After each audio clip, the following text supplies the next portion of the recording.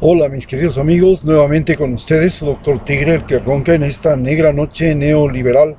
latinoamericana, sudamericana, ecuatoriana. Un consejero de internautas que ha trabajado en los Andes, la Amazonía y la costa del Pacífico como médico y que dice que aprendió más de vecinos, campesinos y pescadores que de libros y profesores. Hoy hablaremos acerca de cómo Alianza País, Lenín Moreno y Donald Trump consiguieron convertir a Correa en un caballo de Troya, a Jorge Glass en un mártir y a los dos en héroes. ¿Cómo sucedió todo eso? Bueno, para entenderlo, empezaremos diciendo que es indiscutible que Alianza País se convirtió en la cuna de traidores, corruptos, vinculados sobre todo con Lenín Moreno, y también en valientes, entre los cuales hay algunos correístas vinculados con Rafael Correa, pero sobre todo convirtieron a Correa en un caballo de Troya. Repito, a Glass en un mártir y a los dos en héroes.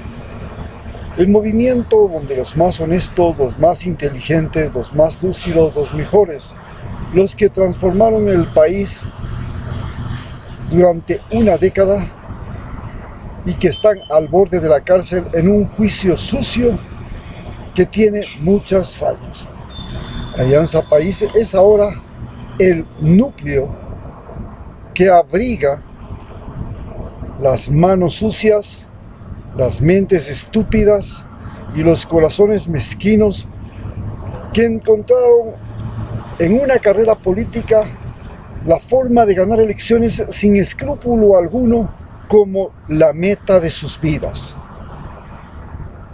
Los 4 puntos cardinales equivocados de Alianza País fueron creer y hacer creer al Ecuador y a los ecuatorianos, 1, que los hombres honestos éramos más, cuando al revisar la historia desde la separación de la Gran Colombia, vemos que el primer presidente que tuvimos, Juan José Flores, un llanero venezolano casi analfabeto, que se casó con la mujer más rica de Quito, la condesa de Gijón, dueña de las mejores haciendas del Valle de los Chillos, fue un traidor que asesinó a su comandante en jefe Antonio José de Sucre en las selvas de Berruecos, cuando iba a posesionarse como el nuevo presidente de Colombia, de la Gran Colombia, en reemplazo a Simón Bolívar. Y el asesinato, como digo, sucedió en Pasto, en un lugar llamado la Selva de Berruecos, que para entonces era parte del departamento de Sur. Y el departamento del Sur era lo que antes fue la Real Audiencia de Quito, y quien la gobernaba era Flores. Desde entonces, los presidentes del Ecuador, en su mayoría, fueron gente deshonesta, elegidos por deshonestos que no eran al comienzo ni indios, ni mujeres, ni afrodescendientes, pues solo hasta 1979 los que votaban eran solo las personas que sabían leer y escribir en un país donde la mayoría de los ecuatorianos eran analfabetos y no podían votar. Se creía que Alianza País era el bastión de los honestos, inteligentes y valientes, cuando en realidad pasaba lo contrario. Segundo, nos dijeron que habíamos llegado al fin de la noche neoliberal, la larga noche neoliberal, y que nunca volvería. Pero el neoliberalismo no fue destruido y retornó rabioso. Pero lo peor es que retornó desde las mismas entrañas de Alianza País, de mano de Lenín Moreno y los traidores. Tercero, nos hicieron creer que las elecciones frecuentes era un entrenamiento para enseñar al pueblo a aprender a votar, a decidir, cuando en realidad era una forma de seducir a las masas, santificar a miembros del partido que eran seres humanos irreales, eran traidores, hipócritas y mentirosos ocultos bajo una careta. Cuarto, vimos que el uso de los medios públicos e incautados, las sabatinas, las movilizaciones, eran un mecanismo para mostrar que Rafael Correa tenía una enorme inteligencia, una extraordinaria capacidad de gestión, las obras, los logros, las conquistas, que en realidad así era, y que fueron lo más grande vivido en la historia del país. Pero detrás se ocultaba un mecanismo que usaron los bastardos del partido para crear una masa humana fiel, ciega y dócil que les diera votos, y a Rafael Correa como caballo de Troya. Hacían lo contrario a lo que Correa cada día enseñaba, pues nos mostraba la verdadera cara de los que nos gobernaron por casi 200 años y se empeñaba en despertar a los ecuatorianos mediante escuelas, colegios, universidades, becas en las mejores universidades del mundo, la internet, la telefonía celular, la televisión satelital y una mayor vinculación entre nosotros para vencer el regionalismo, la separación entre campesinos y habitantes de las urbes, con carreteras y una distribución del poder, la riqueza y los conocimientos entre los ecuatorianos para sacarnos del letargo y la estupidez que nos había llevado la partidocracia. El uso de Rafael Correa para propósitos ocultos como caballo de Troya se nos hizo visible en las elecciones del 2017, cuando Lenín Moreno y la mayor parte de los asambleístas de Alianza País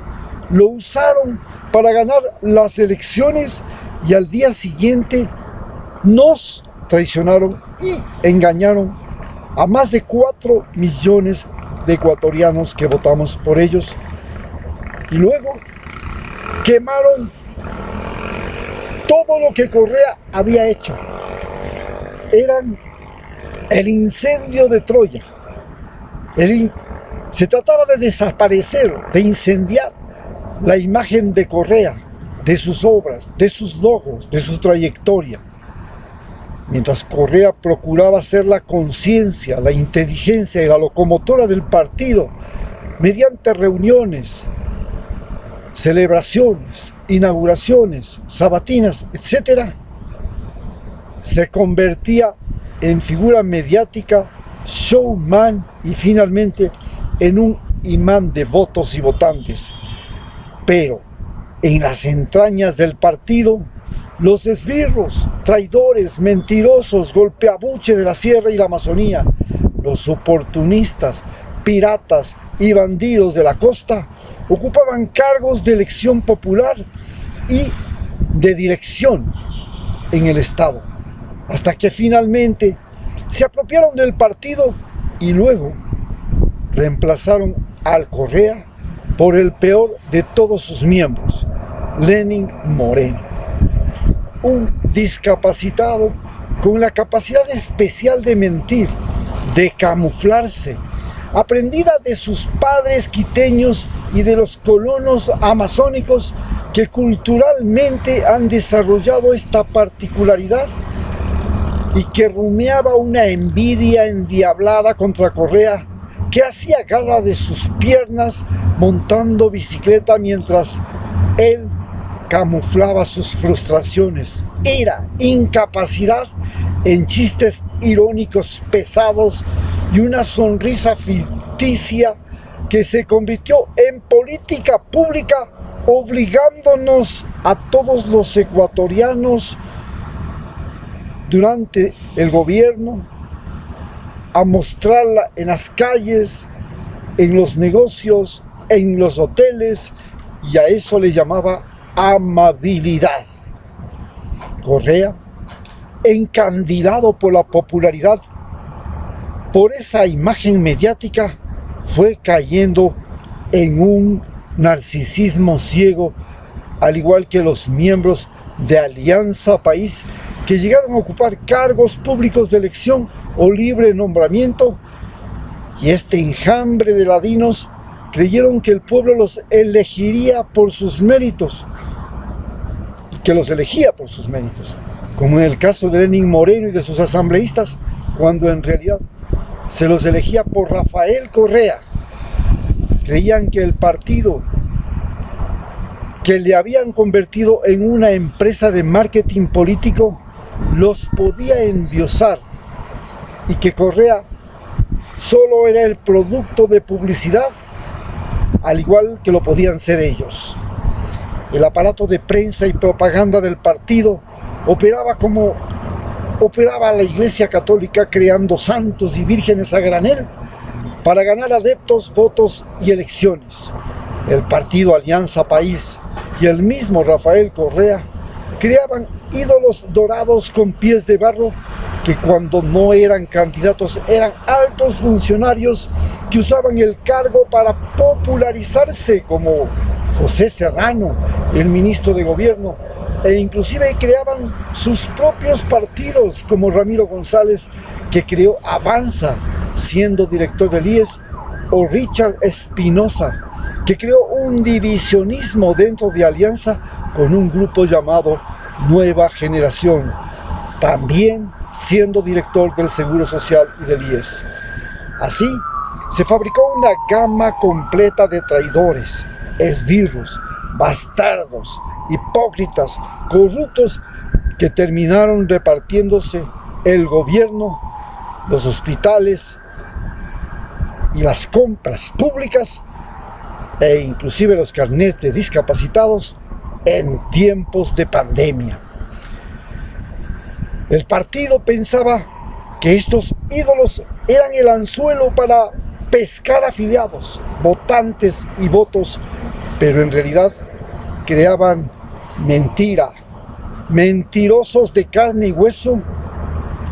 como Lenín Moreno y los asambleístas de Alianza País que traicionaron a Correa. El marketing político era el trabajo fundamental del partido. Se fabricaban imágenes irreales de sus candidatos. Este marketing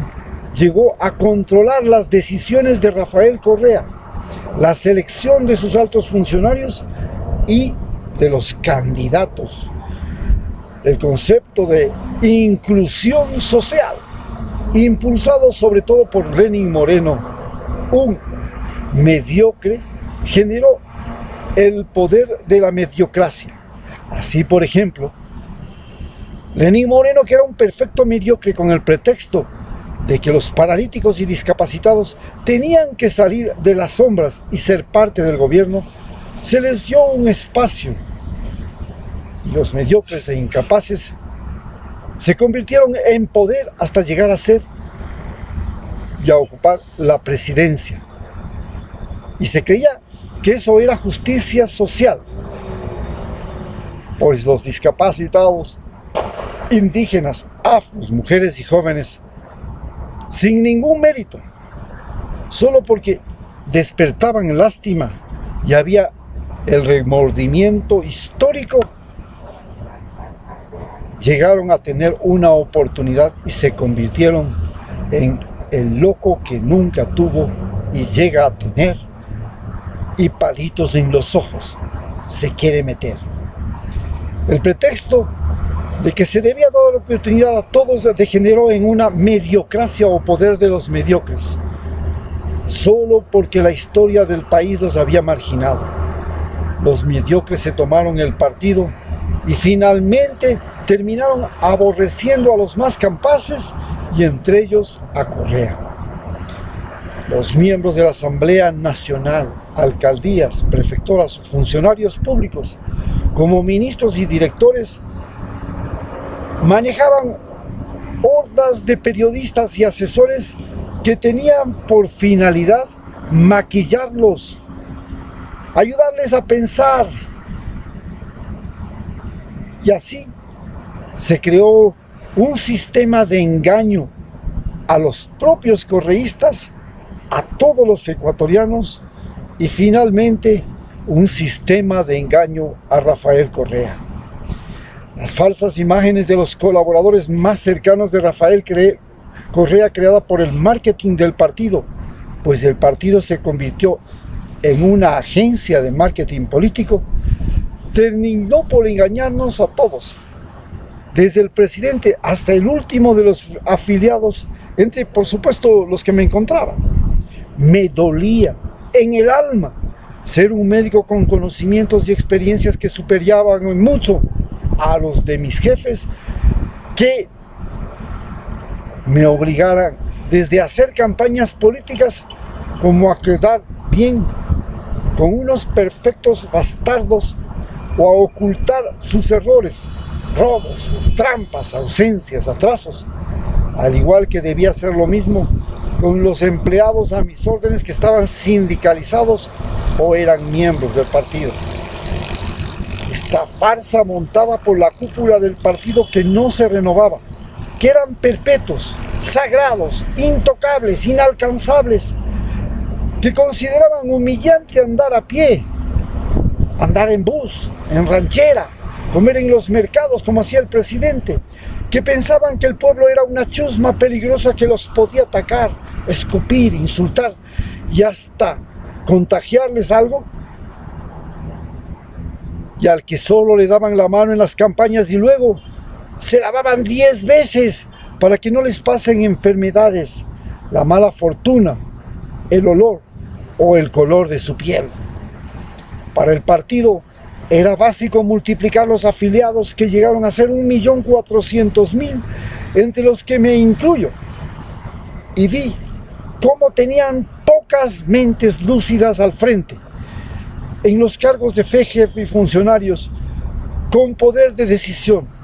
Cada día había menos manos limpias y aún menos corazones ardientes y valientes, y la lealtad era un pecado.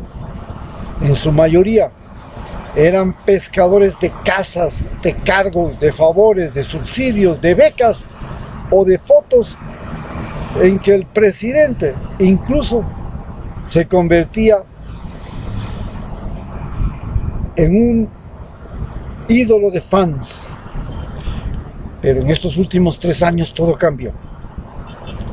Correa, Jorge Glass y sus más cercanos colaboradores se convirtieron en víctimas y mártires de una justicia politizada, de los grandes medios y sus dueños, los banqueros, la derecha, de la derecha radical y de la vieja partidocracia que volvió rabiosa y preñada de odio, apoyados por Trump, USAID, el Cuerpo de Paz, la Embajada Norteamericana, los marines que ilegalmente están localizados en las bases de Manta y Galápagos, el ejército ecuatoriano a órdenes nuevamente del Pentágono y de la policía manejada por la DEA. Y luego, por los presidentes neoliberales agrupados en Prosur. Ahora, Correa y Glass son héroes que han resistido la embestida derechista de los pelucones, los niños dandy, los agringados, los revolucionarios de cafetín, los oportunistas en la pandemia, los indígenas serviles a Moreno y a los gringos, los profesores y empleados públicos que creyeron que volvían a tocar el cielo con las manos cuando subió Lenin Moreno, y ahora se ven en la calle sin sus sueldos a tiempo, apretándose el cinturón como los millones que un día fueron favorecidos por la Revolución Ciudadana y ahora se ven en la desgracia, al igual que los eruditos, leguleyos, demagogos y baratacios falaces de la cleptocracia costeña ni la mitocracia serrana o los camuflados amazónicos. Como todos los socialismos en el mundo y en la historia, el error fundamental del socialismo del siglo XXI fue concentrar la atención, el poder e inclusive los recursos del país y del Estado en un grupo pequeño de personas. El comunismo soviético concentró el poder en el secretario del partido, que era un cargo de por vida, y en el buró del Partido Comunista, la gerontocracia, viejos, y esta concentración trascendió a todos los países de la órbita de la URSS, y cada secretario general de la URSS decidía quién era el secretario de los países de Europa del Este, Cuba, los países liberados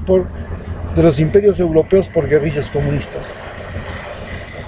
En el nacionalsocialismo nazi alemán, Hitler concentró el poder en 10 personas, a los que le dio el poder de decidir la vida y la muerte de judíos, comunistas, discapacitados o sospechosos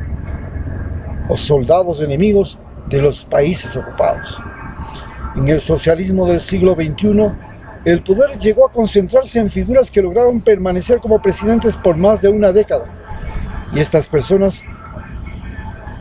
concentraron el poder, la fama, el voto, pero se convirtieron en atahualpas, es decir, en reyes que podían exhibir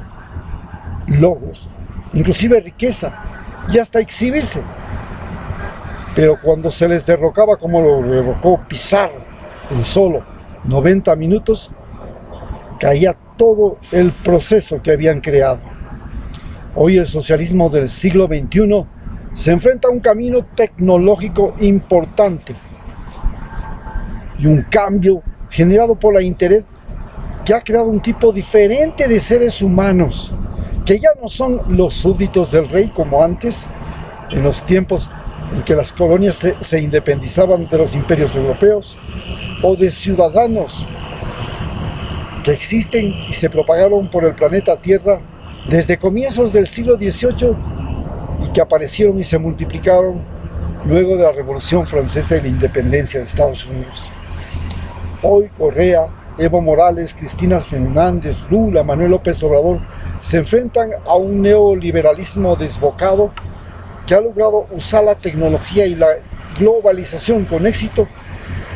hasta la llegada de la pandemia. Cuba, Nicaragua y Venezuela, en cambio, se enfrentan a una crisis económica y moral por la presencia prolongada de los mismos dirigentes que tras 6 décadas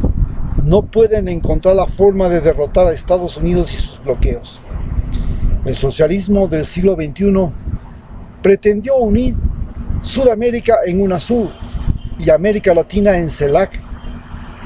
pero fracasó en crear una alma no monetizada entre los latinoamericanos. Los socialistas del siglo XXI terminaron por traicionar a Correa, a Evo Morales, a Lula, en un primer momento. Y ahora se los ve arrepentirse en Argentina y el resto de países, porque la pandemia dio al traste con los sueños de enriquecimiento rápido, empleo abundante y desarrollo, que es el canto de sirenas del neoliberalismo. La pandemia y el neoliberalismo, junto con Trump, han multiplicado la pobreza en América Latina más que en ninguna otra parte del planeta. Y ahora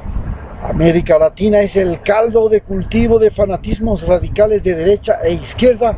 y de la resurrección del socialismo del siglo XXI. Esta pandemia ha señalado al Estado como el que puede salvar a los pueblos, pues la empresa privada está en la más perfecta crisis imaginable. Este nuevo rol del Estado le da alas al socialismo, que tiene el papel protector, sin eliminar las religiones, ni la propiedad privada, ni la iniciativa personal, dejando atrás al comunismo, enemigo de las religiones, de las iniciativas y de la propiedad privada, pero redistribuyendo al mismo tiempo la riqueza, el poder y los conocimientos entre toda la población. El socialismo del siglo XXI ya no puede hacerse con ciudadanos, sino con internautas y personas online. La diferencia entre los ciudadanos y los internautas y las personas online es que son el producto humano más importante de la pandemia. El ciudadano es un individuo con deberes y derechos determinados por el gobierno y el gobernante de turno, por lo cual ser ciudadano ya no es algo beneficioso, glorioso y deseado. En tanto que los internautas y personas interconectadas son individuos con la capacidad de decidir por sí mismo en todo y de opinar sin miedo. El nuevo movimiento en que Rafael Correa quiere apoyarse es una coalición de partidos y movimientos, pero tratar de reunir partidos y movimientos, grupos, personas y más actores sociales, cada uno con una visión diferente, parece una proeza impensable, pero a lo mejor posible luego de la pandemia o durante esta pandemia. Esta coalición de partidos, movimientos y más actores políticos puede ser una alternativa mejor que lo que fue Alianza País. Hoy, la posibilidad de ganar elecciones a la derecha,